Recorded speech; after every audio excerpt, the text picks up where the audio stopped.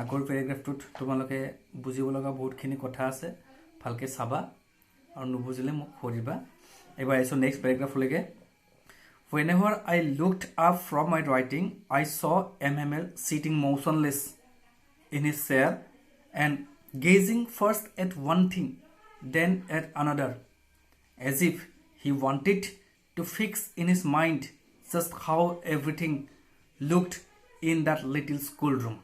অৰ্থাৎ যেতিয়া মোৰ হাতৰ আখৰ লেখা শেষ হ'ল আৰু মই লিখাৰ পৰা মূৰ তুলি চালো তেতিয়া দেখিলো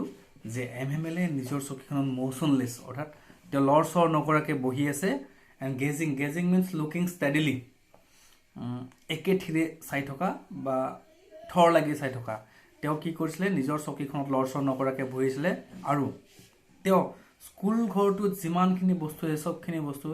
এটাৰ পিছত এটাকৈ একে থিৰে চাই আছিল মোৰ এনেকুৱা লাগিছিলে যেন এই সৰু স্কুল ঘৰটোত থকা গোটেইখিনি বস্তু তেওঁ যোৱাৰ আগতে যেন মনত হুমাই লৈ যাব বিচাৰিছিলে so after completing his writing, little Franz looked at his teacher, MML, and he noticed that the teacher, MML, he was sitting motionless in his chair, and he was looking steadily from one to another things, whatever is there in that little schoolroom. It seems that as if he wanted to fix his eyes on everything, fix his mind on everything, that he wanted to take all these things within him as memory because he was teaching in the same school for a very longer period. Fancy means just imagine, kalpana kora. Fancy, for 40 years he had been there in the same place with his garden outside the window and his classroom in front of him. You just imagine, for 40 years he had been in the same place. MML had been in the same place with the garden outside the window and his class which is there in front of him. So তুমি just কল্পনা কৰা যোৱা 40 বছৰ ধৰি বিগত 40 বছৰ ধৰি তেওঁ একেখিনি ঠাইতে আছে এই একেখন স্কুলতে আছে তেওঁৰ সন্মুখত একেটা ক্লাছৰুমে আছে আৰু বাহিৰত থকা একেখন বাগিচা আছে just like that. That means they are just like that. That means you just imagine for last 40 years same teacher is there, same classroom is there, same garden is there, just like that. তুমি just কল্পনা কৰা তুমি কেৱল কল্পনা কৰা যে যোৱা 40 বছৰ ধৰি একেগৰাকী শিক্ষক আছে তেওঁৰ সন্মুখত একেখন স্কুল আছে একেটা ক্লাছৰুমে আছে আৰু স্কুলৰ বাহিৰত একেখন বাগিচা আছে যোৱা 40 বছৰ কোনো বিশেষ পৰিৱৰ্তন নাই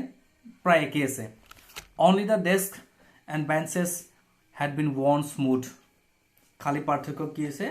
ডেস্ক বেঞ্চ বিলাক লাহে লাহে মিহি হৈ গৈছে the desks and benches becoming older and older. That means অৰ্থাৎ কি হৈছে কেৱল পাৰ্থক্যটো কি ডেস্ক আৰু বেঞ্চ বিলাক লাহে লাহে মিহি হৈ গৈছে অৰ্থাৎ পুৰণি হৈ গৈছে ডেস্ক বেঞ্চ যিমানে পুৰণি হয় ক্ষয় গৈ এইবিলাক মিহি হৈছে হেতুই কৈছে অৰ্থাৎ পুৰণি হোৱা কথা হৈছে অৰ্থাৎ তুমি কল্পনা কৰা যোৱা 40 বছৰ বিশেষ একো পাৰ্থক্য নাই একেজন শিক্ষক একেটা স্কুল ঘৰ একেটা ক্লাছৰুম সন্মুখত একেখন বাগিচা খালি পাৰ্থক্য কি ডেস্ক বেঞ্চ বিলাক পুৰণি হৈ গৈছে only differences are the desks and benches are becoming very much smooth. The walnut trees in the garden were taller and the hopvine that he had planted himself twined about the window to the roof. And the differences are the walnut trees. Walnut means it's a kind of tree, it's a kind of nut. Akhrut boli koa hai tumaloke jana sage amar Indian Kashmirot bahut khini utpadon hoy akhrut round shape or hoy বাহিৰৰ খোলাটো আবৰণটো বহুত টান হয় আৰু ভিতৰত খুলি চালে এক প্ৰকাৰ বাদাম জাতীয় বস্তু খাবলৈ পোৱা যায় ভাঙি দিলে এনেকুৱা মানুহৰ আমাৰ যেটো কি কয় মানুহৰ আমাৰ যেটো মানুহৰ মূৰটো ভিতৰত যেনেকৈ হেৰিখিনি থাকে ঠিক তেনেকুৱা লাগিল দেখিলে হেতু আখৰুট বুলি কয় তোমালোকে হেতু বহুতে খাই পাইছা দেখিছা ড্ৰাই ফ্ৰুটছৰ দোকানত কিনিবলৈ পোৱা যায় সো তেওঁৰ বাগিচা যিখন আছে তাত তেওঁ ওয়ালনাটৰ গছ ৰুইছিলে আখৰুটৰ গছ ৰুইছিলে আৰু তেওঁ ৰোপণ কৰা সেই গছবিলাক দিনে দিনে ওখ হৈ গৈছে and the hopvine means the creepers of the grapes আঙুৰৰ গছক hopvine বুলি কয় বা আঙুৰ জাতীয় গছবিলাকক hopvine বুলি কয় and the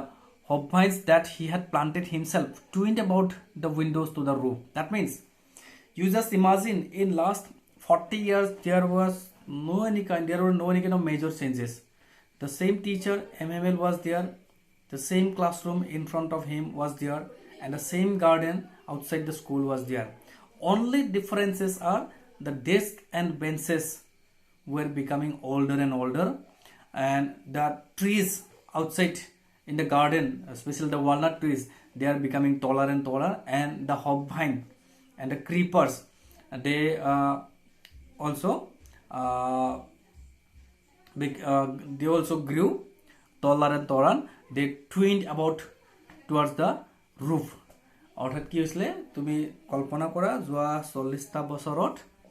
পাৰ্থক্য খালি কি হৈছে ডেস্ক বেঞ্চ বিলাক পুৰণি হৈ গৈছে আৰু আখৰুটৰ গছ বিলাক যে তেওঁ নিজে ৰোপণ কৰিছিলে দিনে দিনে ওখ হৈ গৈছে আৰু যিবিলাক লতা জাতীয় আঙুৰৰ গছ আঙুৰ জাতীয় লতাৰ গছ আছিলে সেইবিলাক বগাই বগাই ঘৰৰ মুঠ পাইছে গৈ how it must have broken his heart to leave it all and we can imagine how it must have broken his heart to leave it all poor man আৰু আমি নিশ্চয় কল্পনা কৰিব পাৰো সেই দুৰ্ভগীয়া মানুহজনক যে এই গুটেবিলাক এৰি যাব লগা হয় তেওঁৰ কেনেকুৱা হৃদয় ভাঙি চুৰমাৰ হৈ গৈছে তেওঁ নিজে ৰোপণ কৰা গছ গছনিবিলাক তেওঁ এৰি থৈ যাব লাগিব তেওঁ নিজে শিকাই থকা স্কুলখন এৰি থৈ যাব লাগিব গতিকে বিগত 40 বছৰত তেওঁৰ গোটেই স্মৃতিখিনি ইয়াতে সমাহিত হৈছে এইখিনি এৰি থৈ যাব লাগিব তেওঁ নিশ্চয় বুকু ভাঙি গৈছে that means you can imagine how he is feeling the poor man the miserable fellow he had to leave all these things and that is why his heart was completely broken to hear his sister moving about in the room above packing their trunks and when he heard that his sister perhaps they were living in the first floor and the school room is in the ground floor and in the top floor when he heard that his sister is packing their trunks and the sound of this packing heard by him how his heart is broken when he had heard this kind of sounds আৰু তুমি নিশ্চয় কল্পনা কৰিব পাৰা তেওঁৰ কেনেকুৱা লাগিছিল যেতিয়া তেওঁৰ ভনীয়েকে তেওঁলোকৰ যাৱতীয় যিবিলাক সামগ্ৰী নিজৰ ট্ৰাংক বিলাক পেকিং কৰি থকা যেতিয়া শব্দ শুনিছিলে তেওঁৰ হয়তো কেনেকুৱা লাগিছিল for they must leave the country the next day because they must leave the country the next day they have to leave the country the family of MML had to leave the country from next day or on next day and that is why his sister is packing their luggages packing their trunks and when he heard the preparation heard the sound of preparation for their packages his heart was completely broken so এইটো প্যাৰাগ্ৰাফ শেষ হল আমি আৰু এটা প্যাৰাগ্ৰাফ কৰি আমি আজি ক্লাসটো শেষ কৰিম